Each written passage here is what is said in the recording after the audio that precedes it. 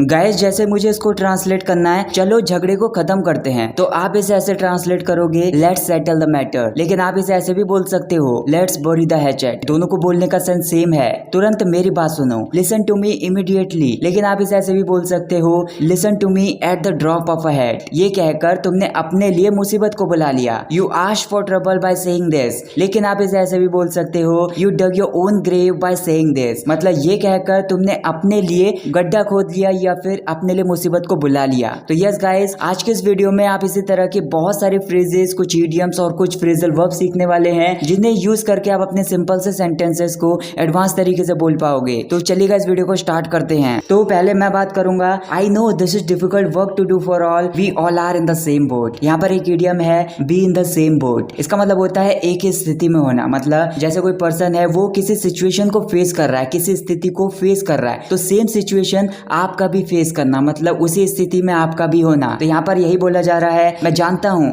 ये जो काम है वो सभी के लिए डिफिकल्ट है करने के लिए, तो इसी की वजह से हम सभी एक ही स्थिति में हैं। मतलब कोई भी नहीं कर सकता, तो हम सब बराबर ही हैं। Next one is she dug her own grave when she made fun of her boss. यहाँ पर एक वर्ड है डिग, इसकी सेकंड फॉर्म होती है डग और थर्ड फॉर्म भी डग होती है। यहाँ पर एक इडियम है डिग ओन ग्रेव। इसका मतलब होता है कुछ ऐसा काम करना जिसकी वजह से खुद के लिए ही परेशानी पैदा हो जाए, मतलब अपने लिए ही खुद गड्ढा खोद लेना। मेक फन ऑफ समबडी एक इडियम है, इसका मतलब होता है किसी के साथ मजाक करना या फिर किसी का मजाक उड़ाना। तो यहाँ पर इसका मतलब होगा उसने अपने बॉस की मजाक उड़ाकर अपने खुद के लिए ही परेशानी पैदा कर ली या फिर अपने खुद के लिए ही गड्ढा खोद लिया। Next one is his addiction of drinking alcohol is spinning out of control. यहाँ पर एक इडियम है स्पिन आउट ऑफ कंट्रोल। इसका मतलब होता है कोई चीज है जो पहले से और ज्यादा बदतर होती जा रही है, आउट ऑफ कंट्रोल होती जा रही है, मतलब काबू से बाहर होती जा रही है। तो यहाँ पर यही बोला जा रहा है उसकी जो दारू पीने की लत है वो पहले से और ज्यादा बदतर होती जा रही है, मतलब काबू से बाहर होती जा रही है। Next one is if you really want to start your own business stop digging deep into your pockets. यहाँ पर एक इडियम है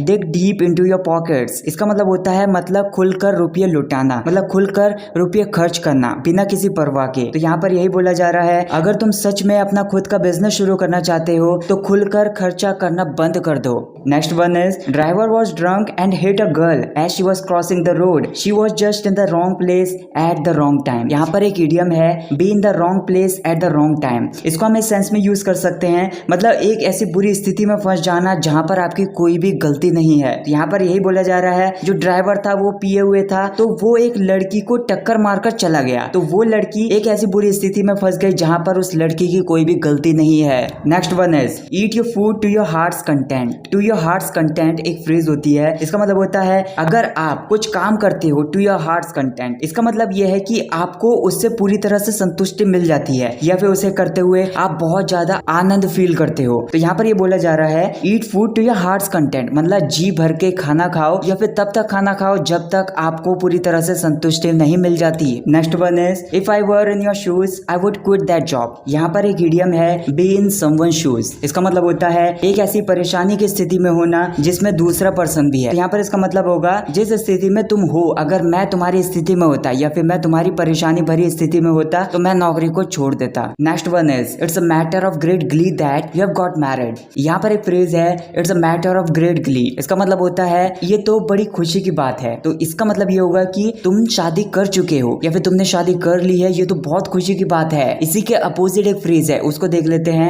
it's a matter of great woe that you live separately from your brother. It's a matter of great woe, इसको हम उस sense में use करते हैं जब हमें बोलना होगा ये तो बड़े दुख की बात है। इसका मतलब होगा कि तुम अपने भाई से अलग रहते हो, तो ये तो बड़ी दुख की बात है। Next one is don't misbehave with him, he is old enough to be a father. यहाँ पर एक इडियम है be old enough to be somebody. इसका मतलब होता है किसी की एज को डिस्क्राइब करने के लिए इसका यूज कर सकते हैं, मतलब वो किसी एज से ज्यादा है या फिर वो उसकी एज का है। तो यहाँ पर बोला जा रहा है उनके साथ बुरा व्यवहार मत करो, वो तुम्हारे पापा की उम्र के हैं। Next one is don't hesitate to call me in case of need. यहाँ पर एक फ्रेज है इन केस ऑफ नीड, इसका मतलब होता है जरूरत पड़ने पर। तो यहाँ पर इस लाइन का सिंपली मतलब होगा जरूरत पड़ने पर तुम मुझे कॉल करने में हिचकिचाना मत। Next one is Delhi police beefed up the security. Beef up यहाँ पर एक फ्रेजल वर्ब होती है, इसका मतलब होता है किसी चीज को बढ़ा देना या फिर कुछ पहले से और ज्यादा मजबूत कर देना। सिक्योरिटी का मतलब होता है सुरक्षा। तो यहाँ पर यही बोला जा रहा है दिल्ली पुलिस ने सिक्योरिटी को मतलब सुरक्षा को पहले से और ज्यादा मजबूत कर दिया या फिर बढ़ा दिया। Next one is police have stepped up the security. यहाँ पर स्टेप अप एक फ्रेजल वर्ब है, इसका मतलब मतलब होता है किसी चीज को बढ़ा देना या फिर किसी चीज को आगे बढ़ा देना। मतलब पहले वाले सेंटेंस की तरह ही यहाँ पर भी इसका यूज किया जा रहा है। तो यहाँ पर इसका मतलब होगा पुलिस ने सिक्योरिटी को मतलब सुरक्षा को पहले से ज्यादा बढ़ा दिया है। Next one is when I used to go to school I always used to set alarm for rising with the lark. यहाँ पर एक इडियम है राइज विद द लार्क। इसका मतलब होता है सनराइज से पहले उठना, मतलब सूर्योदय से पहले उठना। तो इसका मतलब होगा जब मैं स्कूल जाया करता था तो मैं हमेशा सनराइज से पहले उठने के लिए मतलब सूर्योदय से पहले उठने के लिए अलार्म लगाया करता था। Next one is stop making a फस ओवर ट्रिवियल थिंग्स। यहाँ पर मेक अ फस एक इडियम है। इसका मतलब होता है किसी बात का बतंगड़ बनाना या फिर किसी बेकार की बात पर चिंतित होना। तो यहाँ पर यही बोला जा रहा है छोटी सी बातों को लेकर मतलब बेकार की बातों पर चिंतित मत हो या फिर बात का बतंगड़ मत बनाओ। नेक्स्ट वन इज लेट्स बरी the hatchet and become friends. बरी द हैचेट यहाँ पर एक इडियम होती है। इसका मतलब होता है किसी के साथ झगड़े को खत्म कर देना या फिर किसी के साथ झगड़े को निपटा लेना। तो यहाँ पर इसका मतलब होगा चलो झगड़े को खत्म करते हैं और दोस्त बन जाते हैं।